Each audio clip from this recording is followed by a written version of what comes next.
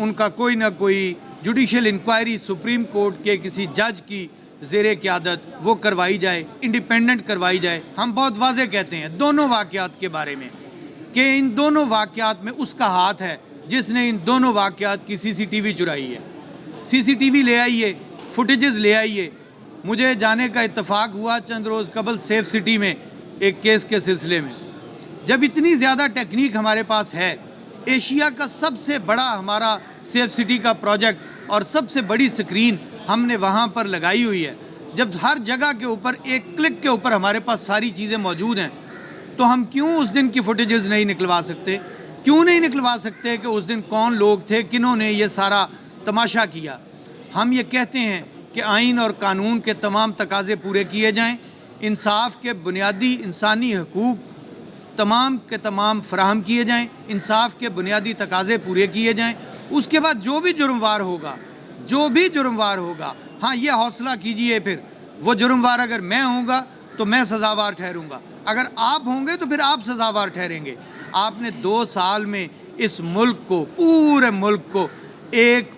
9 مئی کی ایک کہانی کھڑی کر کے آپ نے جس طریقے سے پوری دنیا میں تماشا بنایا ہوا ہے، ابھی بھی آپ بس نہیں کر رہے ہیں، ابھی بھی آپ ختم نہیں کر رہے ہیں اس بات کو۔ لیکن آپ کو بارہا تاریخ بھی، ملک بھی، ہم لوگ بھی اور یہ عوام بھی موقع دے رہے ہیں کہ ہوش کے ناخن لیں۔ میں اسی بات کے ساتھ کہ ہم نہ صرف ملٹری ٹرائلز کی مذمت کرتے ہیں،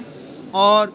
ہفتے والے دن ہم انشاءاللہ تعالی اس کے اوپر مزید اپنا احتجاج بھی 4 جنوری کو ریکارڈ کروائیں گے، اور اس کے ساتھ ساتھ تمام ملک میں اس احتجاج کو لے کر پھیلیں گے اور عدالتوں کے پاس بھی جائیں گے۔ وہ میرے قائد نے بڑا واضح طور پر کہا ہے، 19 دسمبر کو میری عمران خان صاحب سے آخری ملاقات ہوئی،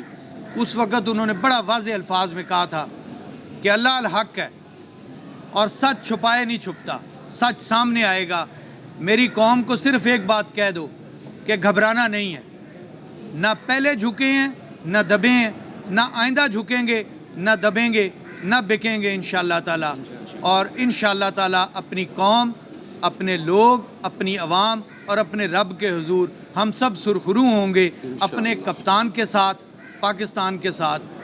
کہ سویلینز کے ساتھ جو تشدد اور جو سارے کا سارا ظالمانہ رویہ بپا رہا ہے، آپ کے کیمرے بھی گواہ ہیں، سب لوگ گواہ ہیں، اس میں کوئی شک نہیں کہ لوگ وکلاء کی طرف دیکھتے رہے، لیکن آپ دیکھیے کہ یہ وکلاء ہی تھے جو عمران خان کے ساتھ کھڑے رہے، باوجود اس کے کہ نہ صرف وکلاء کے گھر توڑے گئے، وکلاء کے بیوی بچوں کو اغوا کیا گیا، وکلاء کو گرفتار کیا گیا، آپ کے سامنے بیٹھے ہوئے لوگوں کو بارہا گرفتار کیا گیا۔ نام لینا مناسب نہیں ہے، لیکن کوئی چہرہ بھی ایسا نہیں ہے جو ان سارے ظلم و تشدد کا جس نے سامنا نہ کیا ہو۔ جہاں تک بات ہے 24 نومبر کی فائنل کال کی، 24 نومبر کی فائنل کال کے اوپر وکلاء نکلے۔ میں خود آپ کو اسٹیٹ لائف بلڈنگ تک میں پہنچنے میں کامیاب ہوا، ڈی چوک سے جو پہلا سٹاپ ہے اسٹیٹ لائف بلڈنگ، پولی کلینک ہاسپٹل تک، وہاں تک گئے ہیں، گولیاں چلتی ہوئی دیکھی ہیں، ایک ایک چیز دیکھی ہے۔ ہاں یہ ضرور ہے کہ آپ یہ کہہ سکتے ہیں کہ جس تعداد میں ہمیں وہاں پر پہنچنا چاہیے تھا،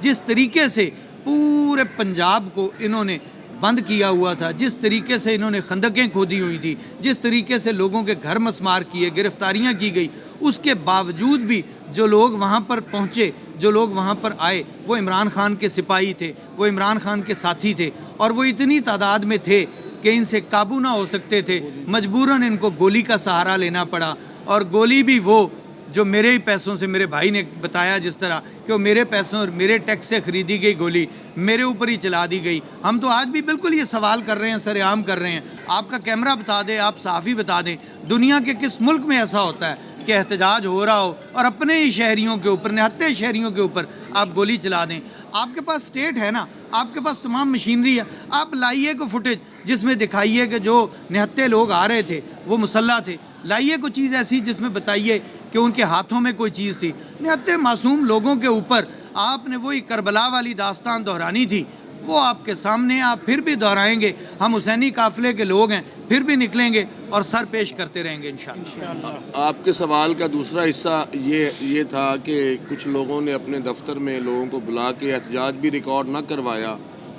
تو آج کا یہ ایونٹ اتنا بڑا ہے، اس میں سے ہمارے کچھ بھٹکے ہوئے ساتھی ہیں وہ ایک گمراہ شخص نے اپنے پیچھے لگائے اور جو اصل کاز تھی اس کو دبانے کے لیے وہ جن کا پلانٹڈ آدمی تھا اس نے اپنے دفتر میں بلوا کے جو لوگ نکلنا چاہ رہے تھے ان کو گرفتار کروا دیا.